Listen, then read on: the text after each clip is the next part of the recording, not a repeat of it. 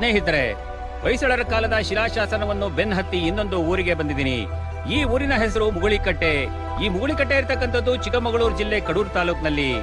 ನನ್ನ ಹಿಂದ್ಗಡೆ ಒಂದು ದೇವಸ್ಥಾನ ಇರತಕ್ಕಂಥದ್ದು ನೀವು ನೋಡಬಹುದು. ಈ ದೇವಸ್ಥಾನದ ಇತಿಹಾಸ ಹುಡ್ಕೊಂಡೋದ್ರೆ ಸುಮಾರು 869 ವರ್ಷಗಳ ಹಿಂದೆ ನಾವು ಹೋಗ್ತೀವಿ. ಈ ಸಂಗತಿ ಹೇಗ್ ಗೊತ್ತಾಗತ್ತಪ್ಪ ಅಂದ್ರೆ, ಈ ದೇವಸ್ಥಾನದ ಪಕ್ಕದಲ್ಲಿ ಒಂದು ಶಿಲಾಶಾಸನ ಇದೆ. ಈ ಶಿಲಾಶಾಸನ ಈ ದೇವಸ್ಥಾನದ ಕಥೆಯನ್ನ ಹೇಳುತ್ತೆ. ಬನ್ನಿ, ಆ ಶಿಲಾಶಾಸನದ ಸಾರಾಂಶ ಏನು ಅಂತಕ್ಕಂಥದ್ದು ನಿಮಗೆ ತಿಳಿಸ್ತೀನಿ. ನನ್ನ ಪಕ್ಕದಲ್ಲಿ ಶಿಲಾಶಾಸನ ಇರತಕ್ಕಂಥದ್ದು ಕಾಣಬಹುದು. ಸೊ ಈ ಶಿಲಾಶಾಸನ ಏನ್ ಹೇಳ್ತೀಯಪ್ಪ ಅಂತಂದ್ರೆ, ಈ ಶಿಲಾಶಾಸನದಲ್ಲಿ ಏನ್ ಬರ್ದಿದ್ಯಪ್ಪ ಅಂತಂದ್ರೆ, ಸುಮಾರು 869 ವರ್ಷಗಳ ಹಿಂದೆ ಅಂದ್ರೆ ಕ್ರಿಸ್ತಶಕ 1153 ಡಿಸೆಂಬರ್ 31ರಂದು ಈ ಶಿಲಾಶಾಸನ ದಾಖಲಾಗಿರ್ತಕ್ಕಂಥದ್ದು ನಾವು ಕಾಣಬಹುದು. ಇದರ ಪ್ರಕಾರ ಹೊಯ್ಸಳರ ದೊರೆ 1ನೇ ನರಸಿಂಹ ರಾಜ್ಯಭಾರ ಮಾಡ್ತಾ ಇರ್ತಕ್ಕಂಥ ಸಂದರ್ಭದಲ್ಲಿ ಚಳಿಕೆ ವೃತ್ತಿಯ ಸಿಂಗಟಗೆರೆಯಲ್ಲಿ ಚಳಿಕೆ ನಾಯಕ ಈ ಪ್ರಾಂತ್ಯವನ್ನು ಆಳುತ್ತಿರುವ ಸಂದರ್ಭದಲ್ಲಿ ಮುಗುಣಿಯ ಕಟ್ಟಡ ಅಂತ ಬರೆದಿದೆ. ಅಂದ್ರೆ ಈಗ ಮುಗುಳಿಕಟ್ಟೆ ಅಂತ ಕರೀತಾರೆ, ಆಗ ಮುಗುಣಿಯ ಕಟ್ಟೆ ಕರೀತಿದ್ರು.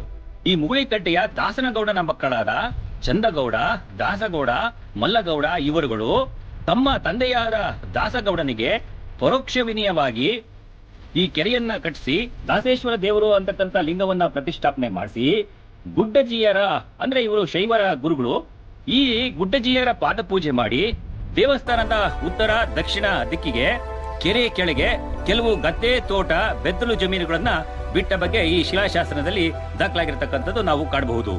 ಸ್ಥಳೀಯರು ಈ ದೇವಸ್ಥಾನವನ್ನ ಕಲೆದೇವರು ಅಂತ ಹೇಳ್ಬಿಟ್ಟು ಪೂಜೆ ಮಾಡ್ತಾ ಬಂದಿದ್ದಾರೆ. ಆದ್ರೆ ಶಿಲಾಶಾಸನದ ಪ್ರಕಾರ ಈ ದೇವಸ್ಥಾನವನ್ನ ನಿರ್ಮಿಸಿದ ಸಂದರ್ಭದಲ್ಲಿ ಇದಕ್ಕೆ ದಾಸೇಶ್ವರ ದೇವಸ್ಥಾನ ಅಥವಾ ದಾಸೇಶ್ವರ ಲಿಂಗ ಅಥವಾ ದಾಸೇಶ್ವರ ದೇವರು ಅಂತ ಕರೀತಿದ್ರು.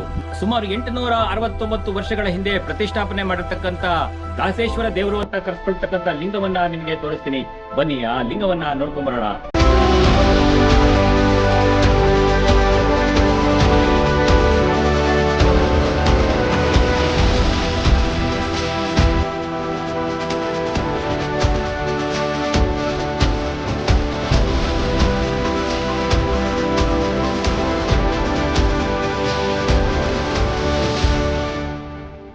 ನನ್ನ ಹಿಂದ್ಗಡೆ ಒಂದು ಕೆರೆ ಇರ್ತಕ್ಕಂಥದ್ದು ನೋಡಬಹುದು. ಈ ಕೆರೆ ಕೂಡ ಸುಮಾರು 869 ವರ್ಷಗಳ ಹಿಂದೆ ನಿರ್ಮಿಸಿರ್ತಕ್ಕಂಥದ್ದು ಈ ಶಾಸನದಲ್ಲಿ ಹೇಳಲಾಗಿದೆ. ನಿಮ್ಗೇನಾದ್ರೂ ಈ ವಿಡಿಯೋ ಇಷ್ಟ ಆಯ್ತು ಅಂದ್ರೆ ನಿಮ್ಮ ಸ್ನೇಹಿತರಿಗೆ ಶೇರ್ ಮಾಡಿ, ಲೈಕ್ ಮಾಡಿ ಅಂತ ಹೇಳ್ತಾ ಇಂದಿನ ಸಂಚಿಕೆಯನ್ನು ಇಲ್ಲಿಗೆ ಮುಗಿಸ್ತಾ ಇದ್ದೀನಿ. ಮುಂದಿನ ಸಂಚಿಕೆಯಲ್ಲಿ ಇಂತಹದೇ ಒಂದು ರೋಚಕವಾದ ಜಾಗಕ್ಕೆ ನಿಮ್ಮನ್ನ ಕರ್ಕೊಂಡು ಹೋಗ್ತೀನಿ. ಅಲ್ಲಿವರೆಗೂ ನಮಸ್ಕಾರ.